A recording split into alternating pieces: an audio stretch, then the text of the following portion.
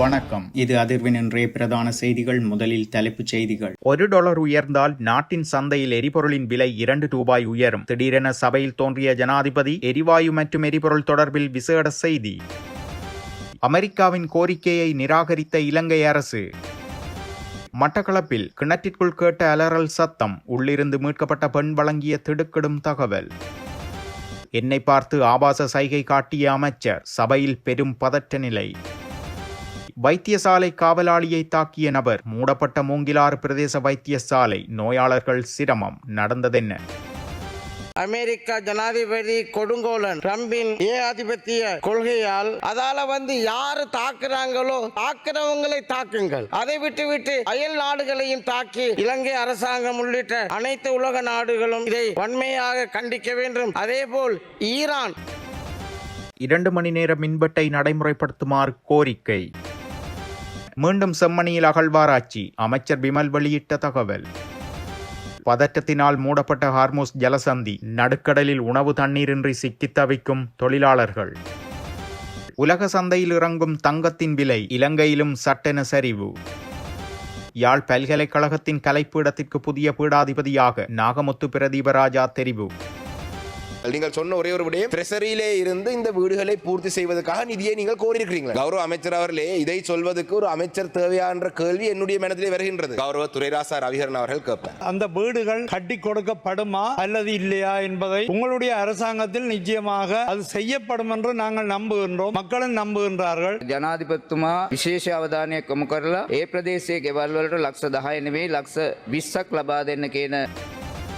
இலங்கையில் எரிவாயு விநியோகம் தொடர்ந்து உறுதி செய்யப்பட்டுள்ளதாக ஜனாதிபதி அனுரகுமார் திசாநாயக்க நாடாளுமன்றில் தெரிவித்துள்ளார். மேலும் அவர் தெரிவிக்கையில், மத்திய கிழக்கு நாடுகளுக்கு வெளியே உள்ள ஒரு நிறுவனத்திற்கு இந்த வாய்ப்பு வழங்கப்பட்டதன் காரணமாக நிலைத்தன்மை உறுதி செய்யப்பட்டுள்ளது. அத்துடன் 38,000 மெட்ரிக் டன் எரிவாயு ஏற்கனவே வந்து சேர்ந்துள்ளது. மேலும் 33,000 மெட்ரிக் டன் எரிவாயு இறக்கப்பட்டு வருவதுடன் எதிர்வரும் ஏப்ரல் மாதத்தில் மேலும் 33,000 மெட்ரிக் டன் பெறப்படும் என அவர் குறிப்பிட்டுள்ளார். அத்துடன் தற்போதைய விலை நிர்ணய சூத்திரத்தின்படி சர்வதேச சந்தையில் எரிபொருளின் விலை $1 உயர்ந்தால் நாட்டின் சந்தையில் எரிபொருளின் விலை $2 உயரும் என ஜனாதிபதி கூறியுள்ளார். அமெரிக்க டாலருக்கு எதிரான ரூபாயின் மதிப்பு சரிவதை விட உலகளாவிய எரிபொருள் விலைகளின் உயர்வால் தான் முதன்மையான பாதிப்பு ஏற்படுகிறது என்றும், உலகளவில் எரிபொருள் விலை உயர்வு சுமார் 6% முதல் 50% வரை இருப்பதால் நாடுகள் கடினமான முடிவுகளை எடுக்க வேண்டிய கட்டாயத்தில் உள்ளன. உலகளாவிய விலைகள் 49% வரை உயர்ந்துள்ள நிலையில் உள்நாட்டு விலை உயர்வு 8% மட்டுமே உள்ளது. நாட்டின் எரிபொருள் தேவைகளில் 57% எண்ணெய் கூட்டு தாபனத்தாலும் 43% தனியார் துறையாலும் பூர்த்தி செய்யப்படுகிறது. அதன்படி நாட்டிற்கு இறக்குமதி செய்யப்படும் எரிபொருளுக்கான தற்போதைய விலையை தனியார் துறை கோரியுள்ளது. அதன்படி எரிபொருள் விலை குறித்து உடனடியாக ஒரு முடிவு எடுக்க வேண்டும். தற்போது இறக்குமதி செய்யப்படும் எண்ணெய்க்கு தற்போதைய விலை வழங்கப்படாவிட்டால் நாங்கள் அதை இறக்குமதி செய்ய மாட்டோம் என்று அவர்கள் கூறுகின்றனர். அது நியாயமானது. அவர்களின் கணக்கீடுகளின்படி ஒரு கப்பலுக்கு அவர்களுக்கு $55 மில்லியன் நஷ்டம் ஏற்படுகிறது. இவ்வளவு பெரிய நஷ்டத்தை ஏற்படுத்துவதற்கு யாரும் எண்ணெயை கொண்டு வருவதில்லை. இந்த எரிபொருள் விநியோகத்திற்கு தனியார் துறை பங்களிக்க வேண்டும். ஆனால் அவர்களால் கட்டுப்பாட்டு விலையில் விற்க முடிந்தால் மட்டுமே அவர்கள் பங்களிப்பார்கள். நாம் எரிபொருள் விலைகள் குறித்து மிக விரைவாக செயற்பட வேண்டும் எனவும் குறிப்பிட்டுள்ளார். மசகு எண்ணெய் விநியோகத்தில் ஏற்பட்டுள்ள தடைகள் குறித்து விளக்கிய ஜனாதிபதி, புஜைரா துறைமுகத்தில் ஏற்பட்ட விபத்து காரணமாக இலங்கைக்கு வரவிருந்த 90,000 மெட்ரிக் டன் மசகு எண்ணெய் கப்பல் வராது என்று அறிவித்துள்ளார். இதனை நிவர்த்தி செய்ய மார்ச் 5 கோரப்பட்ட டெண்டர் அடிப்படையில் புதிய கப்பல்கள் ஏப்ரல் மாதத்தில் நாட்டை வந்தடைய உள்ளன. எரிபொருள் மூலம் அரசுக்கு கிடைக்கும் வருவாய் குறித்தும் ஜனாதிபதி இதன்போது குறிப்பிட்டிருந்தார். கடந்த ஆண்டு டீசல் மீதான வரியினூடாக மட்டும் $240 பில்லியன் வருமானம் கிடைத்துள்ளதென்றும், மாதாந்தம் எரிபொருள் மூலம் சராசரியாக $20 பில்லியன் வரி வருமானம் கிடைத்துள்ளதென்றும் அவர் தெரிவித்துள்ளார். இது இவ்வாறு இருக்க, அமெரிக்கா மற்றும் ஈரான் ஆகிய நாடுகள் விடுத்து ராணுவ ரீதியான கோரிக்கைகளை நிராகரிப்பதன் மூலம் இலங்கை தனது வெளியுறவு கொள்கையில் நடுநிலைமையை பேணி வருவதாக ஜனாதிபதி அனுரகுமார் திசாநாயக்க பாராளுமன்றில் வெளிப்படுத்தியிருந்தார். இதுகுறித்து அவர் மேலும் கூறுகையில், ஈரானுக்கு சொந்தமான 3 போர்க்கப்பல்கள் விஜயத்தை மேற்கொண்டு இலங்கைக்கு வருவதற்கு அனுமதி கோரியிருந்தன. அதேவேளை அமெரிக்கா தனது 2 போர் விமானங்களை மத்தள விமான நிலையத்தில் தரையிறக்குவதற்கு அனுமதி கோரியிருந்தது. அமெரிக்கா விடுத்த கோரிக்கையை இலங்கை நிராகரித்துள்ளது. சர்வதேச விவகாரங்களில் எவ்வித பக்கச்சார்புமின்றி நடுநிலைமையை பேணுவதற்காக அமெரிக்கா மற்றும் ஈரான் ஆகிய இரு நாடுகளினதும் இந்த கோரிக்கைகளை இலங்கை அரசாங்கம் நிராகரித்துள்ளது. இதன் மூலம் நாம் எமது நடுநிலை தன்மையை பாதுகாத்துள்ளோம் என அவர் குறிப்பிட்டுள்ளார். மட்டக்களப்பின் கொத்தியாபுலை பகுதியில் காணாமல் போனதாக தெரிவிக்கப்பட்ட பெண் கொக்கட்டிச்சோலை போலீஸ் பிரிவுக்குட்பட்ட நெல்லிக்காடு வயல் பிரதேசத்தில் உள்ள கிணற்றில் உயிருக்கு போராடிய நிலையில் மீட்கப்பட்டுள்ளார். காலை வேளையில் குறித்த பகுதியை கடந்த சிலர் பால் பண்ணைக்கு செல்லும் போது பொது கிணற்றிலிருந்து அலறல் சத்தம் கேட்டு அதற்கருகில் சென்றிருந்தனர். அப்போது பெண்ணொருவர் கழுத்தளவு நீரில் மூழ்கிய நிலையில் இருப்பது தெரிய வந்துள்ளது. இது தொடர்பில் போலீசாருக்கு தகவல் வழங்கியதை தொடர்ந்து கொக்கட்டிச்சோலை போலீசார் சம்பந்தப்பட்ட இடத்திற்கு சென்று பெண்ணை மீட்டு வைத்தியசாலையில் அனுமதித்துள்ளனர். மீட்கப்பட்ட பெண் அளித்த தகவலின் அடிப்படையில் அந்த கிணற்றில் இன்னொரு சடலம் இருப்பது தெரிய வந்ததை அடுத்து மேற்கொள்ளப்பட்ட தேடுதல் நடவடிக்கையில் அழுகிய நிலையில் சடலம் ஒன்றும் மீட்கப்பட்டுள்ளது. முதற்கட்ட விசாரணையில் பெண் தான் தனது குழந்தையுடன் செல்லும் போது கொத்தியாப்புலை பகுதியில் கடத்தப்பட்டதாகவும் தாக்கப்பட்டு கிணற்றில் வீசப்பட்டதாகவும் தெரிவித்துள்ளார். அதன்போது குழந்தை வயல்வெளி பகுதியில் இருந்த நிலையில் அங்குள்ளவர்கள் குழந்தையை மீட்டுள்ளனர். இந்த சம்பவம் தொடர்பில் கொக்கட்டிச்சோலை போலீசார் மேற்கொண்ட விசாரணையில் கிணற்றில் உள்ள மற்றொரு சடலம் கடந்த மாதம் வெள்ளாவளி போலீஸ் பிரிவுக்குட்பட்ட 40 வட்டை பகுதியில் காணாமல் போன பெண்ணாக இருக்கலாம் என சந்தேகம் வெளியிடப்பட்டுள்ளது. இந்நிலையில் குறித்த சம்பவம் தொடர்பான மேலதிக விசாரணைகள் தற்போது கொக்கட்டிச்சோலை போலீசாரால் மேற்கொள்ளப்பட்டு வருகின்றன. நீதியமைச்சர் அவதூறான முறையில் ஆபாச சைகையை தனக்கு காட்டியதாக ஐக்கிய மக்கள் சக்தியின் களுத்துறை மாவட்ட பாராளுமன்ற உறுப்பினர் சட்டத்தரணி அஜித் பி பெரேரா சபாநாயகரிடம் முறைப்பாடு செய்துள்ளார். இந்த சம்பவத்தை தொடர்ந்து எதிர்க்கட்சி உறுப்பினர்கள் தொடர்ச்சியாக கூச்சலிட்டதால் சபையில் பெரும் பதட்ட நிலை ஏற்பட்டுள்ளது. பாராளுமன்ற உறுப்பினர் அஜித் பி பெரேரா உரையாற்றுகையில், இங்கே ஊழல்வாதிகளான அமைச்சர்கள் இருப்பது போலவே வேலை செய்ய தெரியாத அமைச்சர்களும் இருக்கிறார்கள் என குறிப்பிட்ட போதே இந்த சம்பவம் இடம்பெற்றுள்ளது. அவர் காட்டிய அந்த சைகையை என்னால் இங்கே காட்ட முடியாது, ஏனெனில் அது எனக்கு பொருத்தமானதல்ல. அவர் செய்த இந்த செயலை இங்கே இருக்கும் அனைத்து உறுப்பினர்களும் பார்த்துள்ளார்கள். அவர் இதற்காக மன்னிப்பு கோர வேண்டும் என அஜித் பெரேரா கூறியுள்ளார். தற்போதைய சூழ்நிலைகளை கருத்தில் கொண்டு தினமும் 2 மணி நேர மின்வெட்டை நடைமுறைப்படுத்துமாறு அரசாங்கத்திற்கு பரிந்துரைப்பதாக நாடாளுமன்ற உறுப்பினர் அனுராத ஜெயரத்ன தெரிவித்துள்ளார். மத்திய கிழக்கில் நிலவும் மோதல்களால் நாட்டில் ஏற்பட்டுள்ள நிலைமை குறித்து நேற்று நாடாளுமன்றத்தில் நடைபெற்ற ஒத்திவைப்பு விவாதத்தில் பங்கேற்ற போதே அவர் இந்த கருத்துக்களை தெரிவித்துள்ளார். ஏற்கனவே தரமற்ற நிலக்கரி பிரச்சினையால் கொத்மலை நீர்த்தேக்கத்தின் நீர்மட்டத்தை பாதுகாக்க வேண்டும். 2022ஆம் ஆண்டு கொத்மலை நீர் வற்றும் வரை மின்சாரம் வழங்கியதால் கடும் நெருக்கடியை எதிர்கொண்டோம். இறுதியில் 8, 10 மற்றும் 12 மணத்தியாலங்கள் மின்சாரம் தடை செய்ய நேரிட்டது. தற்போது ஏற்பட்டுள்ள நெருக்கடிகளுக்கு மத்தியில் சிக்கலை தவிர்க்க தற்போது 2 மணத்தியாலங்கள் மின்சாரத்தை தடை செய்து மிகப்பெரிய நெருக்கடியை தவிர்க்குமாறு ஜனாதிபதியிடம் கோரிக்கை விடுப்பதாக நாடாளுமன்ற உறுப்பினர் அனுராத ஜெயரத்ன தெரிவித்துள்ளார்.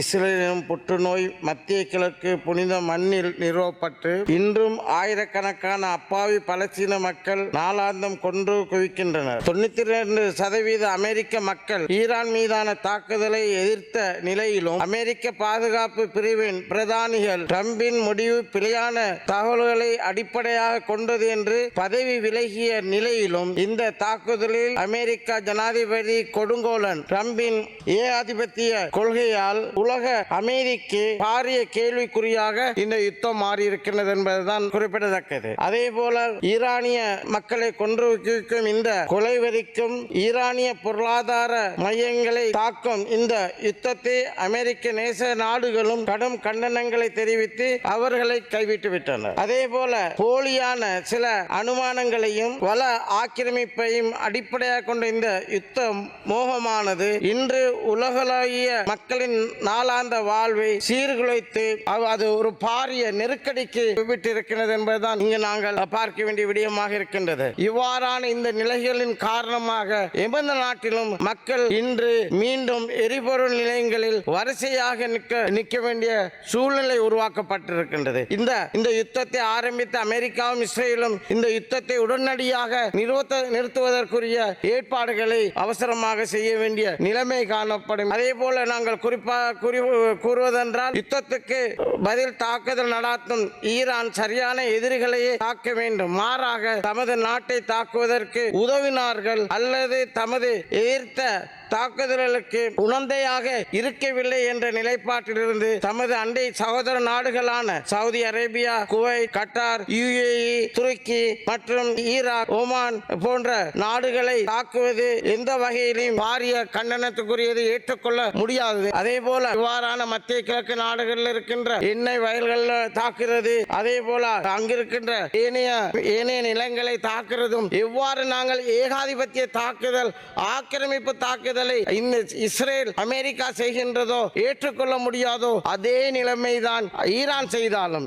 ஈரானும் இவ்வாறான ஆக்கிரமிப்பு வேலைகளை மத்திய கிழக்கு நாடுகளுக்கு எதிராக செய்வது உடனடியாக நிறுத்த வேண்டிய ஒரு நிறுத்தணும். இவ்வாறான இன்று அந்த மத்திய கிழக்கு நாடுகளை எடுத்துக்கொண்டால் எவ்வாறு பல நாடுகளுக்கு எமது நாடுகளுக்கும் பல உதவிகளை செய்திருக்கின்றார்கள். எமது பலர் இன்று தொழில் புரிகின்றார்கள். அதில் அப்ப இன்று பயந்த நிலைகளில் இருக்கின்றார்கள். அதால யாரு தாக்குறாங்களோ தாக்குறவங்களை தாக்குங்கள், அதை பாருங்கள். அதை விட்டு அயல் நாடுகளையும் தாக்கி அவங்க அங்கும் ஒரு யுத்த சூழ்நிலை ஏற்படாமல் கட்டாயம் பாதுகாக்க வேண்டும் என்பதனை நாங்கள் இந்த இடத்துல ஈரான் அரசிடம் கேட்டுக்கொள்ள விரும்புகின்றோம். அதே போல குறிப்பாக ஈரானை பொறுத்தளவுக்கு அவர்கள் மிகவும் நுணுக்கமாக தமது இராஜதந்திர உறவுகளை வலுப்படுத்தும் வகையில் அனைத்து மத்திய கிழக்கு மற்றும் ஐரோப்பிய நாடுகளுடனான பேச்சுவார்த்தைகளை ஆரம்பித்து சுமூகமான நிலையை ஏற்படுவதற்குரிய ஏற்பாடுகளை செய்ய வேண்டும். அதோடு குறிப்பாக நாங்கள் சொல்வதென்றால் உலக எரிசக்தி தேவையில் 2/3 பங்கு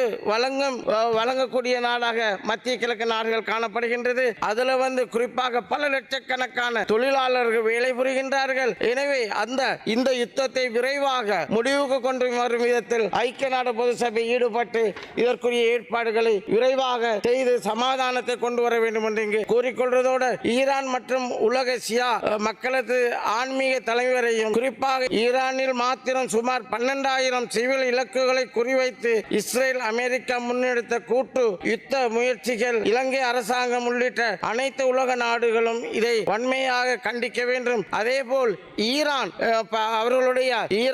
சவுதி அரேபியா, குவைத், UAE, துருக்கி, கட்டார், ஓமான், ஈராக் போன்ற நாடுகளில் தாக்குறதையும் வன்மையாக இலங்கை அரசும் உலக நாடுகளும் கண்டிக்க வேண்டும் என்று கூறிக்கொள்வதோடு குறிப்பாக நான் இங்கே சொல்ல வர்றது இலங்கை கடற்பரப்பில் ஈரானிய கப்பல் ஐரிஸ் டேனா மூழ்கடிக்கப்பட்டு 87 கடற்படையினர் பயிலுனர்கள் கொலை செய்யப்பட்டனர். சுமார் 30 வீரர்கள் இலங்கை கடற்படையினரால் காயங்களுடன் மீட்கப்பட்டனர். இந்த தாக்குதலுக்கு அமெரிக்கா உரிமை கோரியுள்ளது. இந்த அடிப்படையில் இந்த தாக்குதல் தொடர்பாக இந்த அரசாங்கம் ஒரு சுயாதீனமான ஆணைக்குழுவை நியமித்து நியாயத்தையும் நீதியையும் நிலைநிறுத்த வேண்டும்.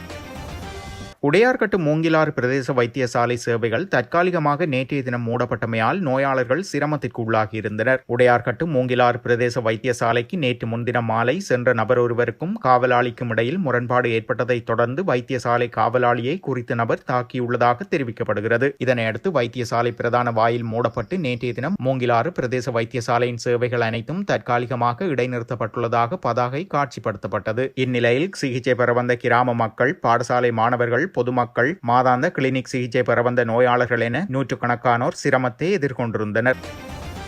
செம்மணி மனித புதைகுழியில் அடுத்த கட்ட அகழ்வாராய்ச்சி பணிகள் எதிர்வரும் ஏப்ரல் 20 அன்று மீண்டும் தொடங்கும் என அமைச்சர் பிமல் ரத்நாயக்க தெரிவித்துள்ளார். அவர் மேலும் தெரிவிக்கையில், செம்மணி கூட்டு புதைகுழிகள் குறித்த பிரச்சினை எழுப்பப்பட்டது. இந்த கூட்டு புதைகுழியில் 1999 ஆண்டு எலும்புகள் கண்டெடுக்கப்பட்டன. அப்போதிருந்து 2024 வரை 25 ஆண்டுகள் கடந்துவிட்டன. அந்த 25 ஆண்டுகளில் செம்மணி கூட்டு புதைகுழியில் வெறும் 15 மனித எலும்புக்கூடுகள் மட்டுமே கண்டெடுக்கப்பட்டன. 2015 முதல் 19 வரையிலான அந்த அரசாங்கத்தின் கீழ் எதிர்க்கட்சியில் இருந்த ரணில் விக்ரமசிங்க மீது தமிழரசு கட்சிக்கும் குறிப்பாக அதன் முன்னாள் தலைவர்கள் போன்றவர்களுக்கும் கணிசமான செல்வாக்கு இருந்துள்ளது. ரணில் பிரதமர் பதவியில் இருந்தபோது அவர்களுக்கு அதிக அதிகாரம் காணப்பட்டது. கடந்த காலத்தில் அப்பகுதி வேலை செய்வதற்கு நிறைய பணம் கொடுக்கப்பட்டது. அதில் எங்களுக்கு எந்த தவறும் இருப்பதாக தெரியவில்லை. நாங்கள் செப்டம்பர் 2024 ஆட்சிக்கு வந்தோம். நவம்பரில் நாடாளுமன்ற ஆட்சிக்கு வந்தோம். அன்று முதல் இன்று வரை இந்த 17 மாதங்களில் கண்டெடுக்கப்பட்ட மனித எலும்புக்கூடுகளின் எண்ணிக்கை 239. இது குறித்த முழு உண்மைகளும் எங்களுக்கு தெரியும். நாங்கள் தேடியுள்ளோம். எங்களுக்கு மக்கள் ஆணை உள்ளது. இது மட்டுமல்ல, நாங்கள் மாத்தளை கல்லறையையும் தேடி வருகிறோம். நீதித்துறை செயல்முறை மூலம் நீதி வழங்க நேரம் எடுக்கும். ஏப்ரல் 20 மீண்டும் அகழ்வாராய்ச்சி தொடங்கும் என அவர் குறிப்பிட்டுள்ளார். ஹார்முஸ் ஜலசந்தி மூடப்பட்டுள்ள நிலையில் நடுக்கடலில் சிக்கியுள்ள கப்பல்களில் உள்ள தொழிலாளர்களுக்கு குடிநீர் மற்றும் உணவு தட்டுப்பாடு ஏற்பட்டுள்ளமை சர்வதேச அளவில் சர்ச்சையை ஏற்படுத்தியுள்ளது. வளைகுடா பிராந்தியத்தில் ஈரான் மீது அமெரிக்கா மற்றும் இஸ்ரேல் நாடுகள் தாக்குதல் நடத்தி வரும் நிலையில் ஹார்முஸ் ஜலசந்தியை ஈரான் மூடியுள்ளது. ஈரான் போர் காரணமாக ஹார்முஸ் ஜலசந்தி மூடப்பட்டுள்ள நிலையில் 3200 வணிக கப்பல்கள் வெளியேற முடியாமல் சிக்கியுள்ளன. போர் தொடர்ந்து நடந்து வருவதால் பாரசீக வளைகுடா மற்றும் நடுக்கடலில் சிக்கி தத்தளிக்கும் கப்பல்களில் உள்ள கடற்தொழிலாளர்களுக்கு குடிநீர் மற்றும் கடும் உணவு தட்டுப்பாடு ஏற்பட்டுள்ளது. உணவு தண்ணீர் கிடைக்கும் என்று எதிர்பார்த்து உதவி கேட்டால் துறைமுகங்களை தொடர்பு கொள்ளும் வணிக கப்பல்களை பாதுகாப்பு காரணங்களுக்காக அனுமதிக்க அதிகாரிகள் மறுத்து வருகின்றனர். இதனால் தொழிலாளர்கள் கப்பல்களை கைவிட்டு வெளியேற தொடங்கினால் கடலில் தத்தளிக்கும் ரசாயன மற்றும் எண்ணெய் கப்பல்களால் மிகப்பெரிய சுற்றுச்சூழல் பாதிப்பு ஏற்படும் என நிபுணர்கள் எச்சரிக்கை விடுத்துள்ளனர்.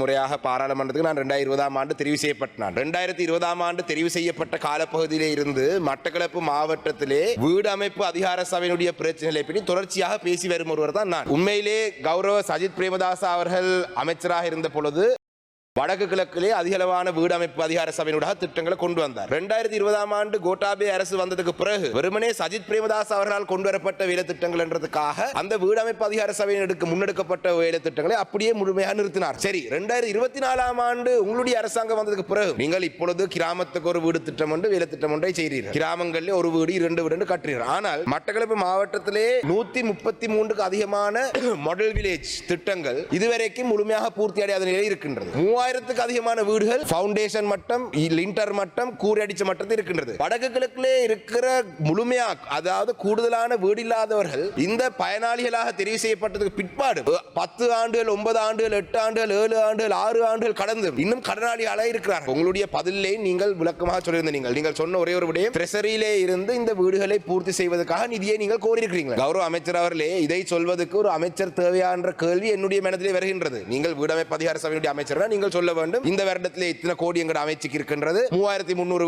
வீடுகள் முடிக்கிருக்கின்றது. 2024 ஆண்டிலே நாங்கள் 1000 முடிப்போம், 27 இன்னொரு 1000 முடிப்போம், 8 இன்னொரு 1000 முடிப்போம், 2029 ஆண்டு எங்களுடைய ஆட்சி காலத்துக்குள்ளே 3000 வீடை முடிப்போம். இந்த கேள்வி வராது. என்னுடைய கேள்வி என்னென்று சொன்னால், என்னுடைய கேள்வி என்னென்று சொன்னால் கௌரவ அமைச்சர் அவர்களே, உங்களுடைய ஆட்சி காலத்திலே ஆவது எங்களுக்கு ஒரு ஒர்க் பிளான், ஒரு டைம் ஷெட்யூலோட தாங்க. இந்த மாதம் இதை செய்வோம், இந்த 6 மாதம் இல்லாட்டி இந்த மக்கள் தொடர்ந்து கடனாளியாலாவே எங்களுடைய வடக்கு கிழக்கு பிரதேசத்தில் வாழ்ந்து கொண்டிருக்கிறார். என்னுடைய இரண்டாவது கேள்வியை கௌரவ துரைராசா ரவிகரன் அவர்கள் கேட்பார். தேசிய வீடமைப்பு அதிகார சபையினால் நல்லாட்சி காலத்தில் வன்னி மாவட்டத்தில், அதாவது முல்லைத்தீவு, மன்னார், வவுனியா மாவட்டங்களிலும் இந்த வீடுகள் கட்டப்பட்டன, குறையாக இருக்கின்றன. மிகவும் நொந்து போயுள்ள மக்கள் உங்களுக்கு தெரியும். வன்னியில் இறுதிக்கால பகுதிகளில் யுத்தம் மோசமாக நடைபெற்ற நிலைமை. அப்படியான காலகட்டத்தில் அந்த மக்கள் வறுமையால் பாடிக்கொண்டிருந்த மக்கள் அந்த வீடுகளை முழுமையாக கட்ட முடியாமல் இப்போதும் அலைந்து திரிந்து கொண்டு அந்த பணத்துக்கு படம் பாடு, பெரிய பாடு, கடன் பட்டு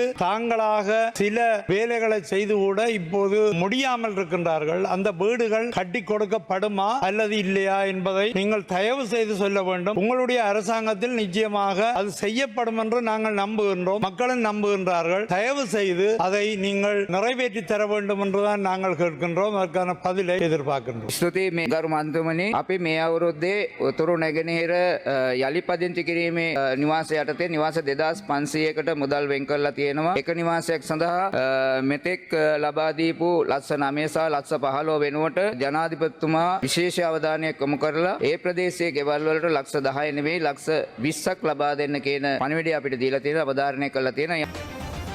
இலங்கையில் நேற்றைய தினம் தங்கத்தின் விலை வீழ்ச்சியை பதிவு செய்துள்ளதாக அகில இலங்கை நகையக வியாபாரிகள் சங்கம் அறிவித்துள்ளது. சர்வதேச சந்தையில் $5200 தொட்டிருந்த ஒரு அவுன்ஸ் தங்கத்தின் விலை நேற்றைய தினம் $4720 வீழ்ச்சியடைந்திருந்தது. அதேவேளை இலங்கையில் 24 கரட் தங்க பவுனொன்றின் விலை $3,88,000 அத்துடன் 22 கரட் தங்க பவுனொன்றின் விலை $3,57,000 பதிவாகியிருந்தது. இத்துடன் செய்திகள் நிறைவடைகின்றன. மறக்காமல் அதிர்வு சேனலை லைக் மற்றும் சப்ஸ்கிரைப் செய்து கொள்ளுங்கள்.